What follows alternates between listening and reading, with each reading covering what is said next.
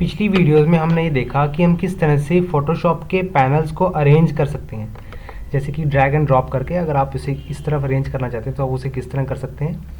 आज की इस वीडियो में हम ये देखेंगे कि हम किस तरह से एक अपना अलग वर्कस्पेस बना सकते हैं और उसे अपने अकॉर्डिंगली कस्टमाइज़ कर सकते हैं। तो चलिए शुरू करते हैं। सबसे पहले मैं आपको ये बात बताना चाहूँगा कि हर पैनल की एक अपनी इंपॉर्टेंस रहती है। जैसे कि हिस्ट्री पैनल की जो इंपॉर्टेंस है वो हिस्ट्री रिलेटेड है। अगर आप फोटोशॉप में कोई भी एक्टिविटी करते हैं तो ये हिस्ट्री रिलेटेड पैनल में आपको दिखता है, आप उसे देख सकते हैं। आप चाहें तो उस एक्टिविटी को अंडू करने के लिए कीबोर्ड पर Ctrl+Z की को भी प्रेस करके उसे अंडू कर सकते हैं। इसी तरह से अलग अलग पैनल्स को हम अलग अलग तरीक़ों से यूज़ कर पाते हैं। सबसे पहले मैं आपको ये दिखाना चाहूँगा कि जब आप फोटोशॉप की एप्लीकेशन को ओपन करते हैं तो बाय डिफ़ॉल्ट आपके पास जो वर्कस्पेस रहता है वो एसेंशियल्स के नाम से रहता है। यहाँ पर हमारे पास एसेंशियल नाम से जो पैनल है इसके अंदर फोटोशॉप के सभी कॉमन पैनल्स आपको दिखते हैं, history related, properties related, colour related या लेयर्स रिलेटेड। इसके अलावा भी हम कई सारे वर्कस्पेस इसके अंदर देख सकते हैं, जैसे कि 3D, graphic and web, motion.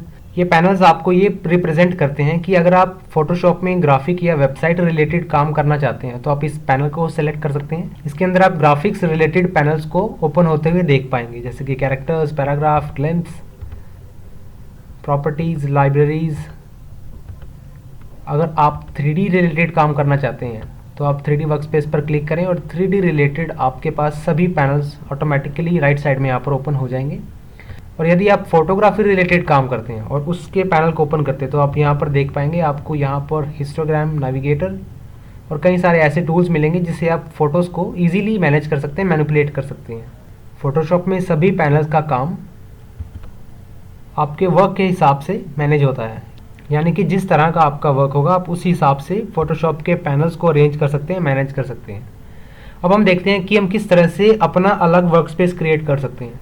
अभी मैं आपको सबसे पहले एसेंशियल वर्कस्पेस को एडिट करके बताता हूँ। एसेंशियल्स यहाँ पे मैं सेलेक्ट कर लेता हूँ और जो लेयर्स का पैनल है हमारे पास, यहाँ पर लेयर्स का पैनल है, मैं इसे ड्रैग करके लेफ़्ट में ले आता हूँ, यानी कि लेफ़्ट टूल बार की तरफ, और मैं इसे यहाँ मैनेज करता हूँ। इसे मैंने यहाँ पर लेफ़्ट क्लिक करके रखा हुआ था। अगर आप लेफ़्ट क्लिक को ब्लू लाइन के आते ही छोड़ देते हैं तो ये लेयर्स नाम से जो पैनल है वो लेफ़्ट साइड में एडजस्ट हो जाता है। इसी तरह से चैनल रिलेटेड को मैं लेयर के नेस्टेड में रखना चाहता हूँ, लेयर के साथ रखना चाहता हूँ।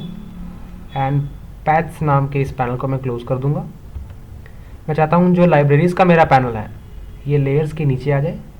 यहाँ पर मेरे पास नीला लाइन यहाँ पर दिखनी शुरू हो गई है, तो मैं इसे यहाँ पर लेफ़्ट क्लिक को छोड़ता हूँ और मेरे पास लाइब्रेरीज़ का जो टैब है, लाइब्रेरीज़ का जो पैनल है वो नीचे एडजस्ट हो जाता है। एडजस्टमेंट को मैं लाइब्रेरीज़ के साथ मैनेज करूँगा। एंड देन लर्न के नाम के इस टैब को मैं क्लोज़ कर देता हूँ। इसे भी मैं यहाँ पर एडजस्ट करता हूँ। आइकन को आप सिंपली ड्रैग करके एडजस्ट कर सकते हैं प्रॉपर्टीज़ को एडजस्टमेंट्स के साथ। एंड देन हमारे पास ये कलर एंड स्वैशेस रिलेटेड सेटिंग्स है जिसे मैं क्लोज़ कर दूँगा। सो अब आप देख पाएंगे कि अपने टास्क को ईजी करने के लिए मैंने सभी पैनल्स और टूल्स लेफ्ट साइड में रख दिए हैं ताकि मुझे फ़ोटोशॉप में काम करने में आसानी हो। आप इसे अपने हिसाब से कस्टमाइज़ कर सकते हैं। जो पैनल आपको जिस पोजीशन पर ठीक लगता है आप उस पैनल को उस पोजीशन पर फिक्स कर सकते हैं। एंड देन इस वर्कस्पेस को, तो अब यहाँ पर मेरे पास एक सैम्पल वर्कस्पेस क्रिएट हो गया है। मैं चाहता हूँ कि मेरा जो वर्कस्पेस है वो इसी तरह से हो जब मैं फ़ोटोशॉप एप्लीकेशन को ओपन करूँ।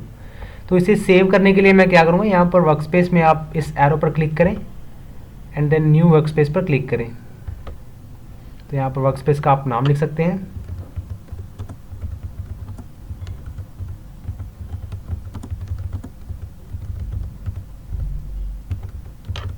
मैंने यहाँ पर सैम्पल नेम लिख दिया है, आप चाहें तो इसे कोई भी नाम दे सकते हैं। मैं अगर इसे सेव करता हूँ तो एसेंशियल्स में आपका ये वर्कस्पेस सेव हो चुका है, आप यहाँ देख सकते हैं।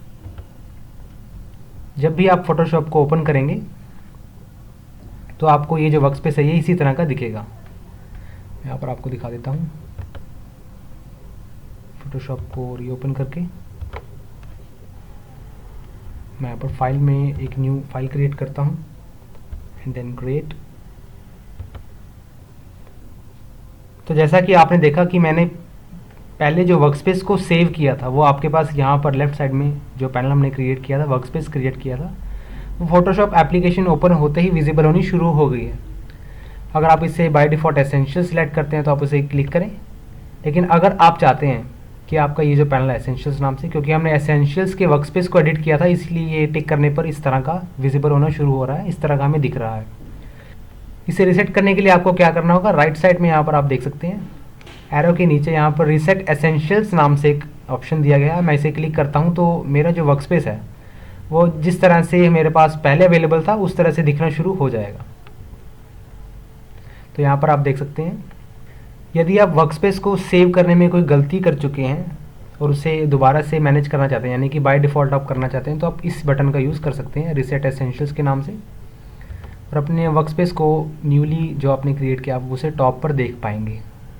अगर आप इसे दोबारा से क्लिक करते हैं तो आप उसी पोजीशन पर वापस पहुंच जाते हैं जिस वर्कस्पेस को आपने पहले क्रिएट किया था। अभी मैं इसे एसेंशियल्स पर दोबारा क्लिक कर देता हूं। तो आपने देखा कि आप किस तरह से अपने वर्कस्पेस को एडिट कर सकते हैं, बना सकते हैं, जिससे आपको फोटोशॉप में काम करने में आसानी हो। आगे की वीडियोज़ में हम देखेंगे कि हम टूल बार को किस तरह से एडिट कर पाते हैं। या आप लेफ्ट साइड में जो टूल बार देख रहे हैं, हम इसको एडिट करने के बारे में अगली वीडियोज़ में सीखेंगे।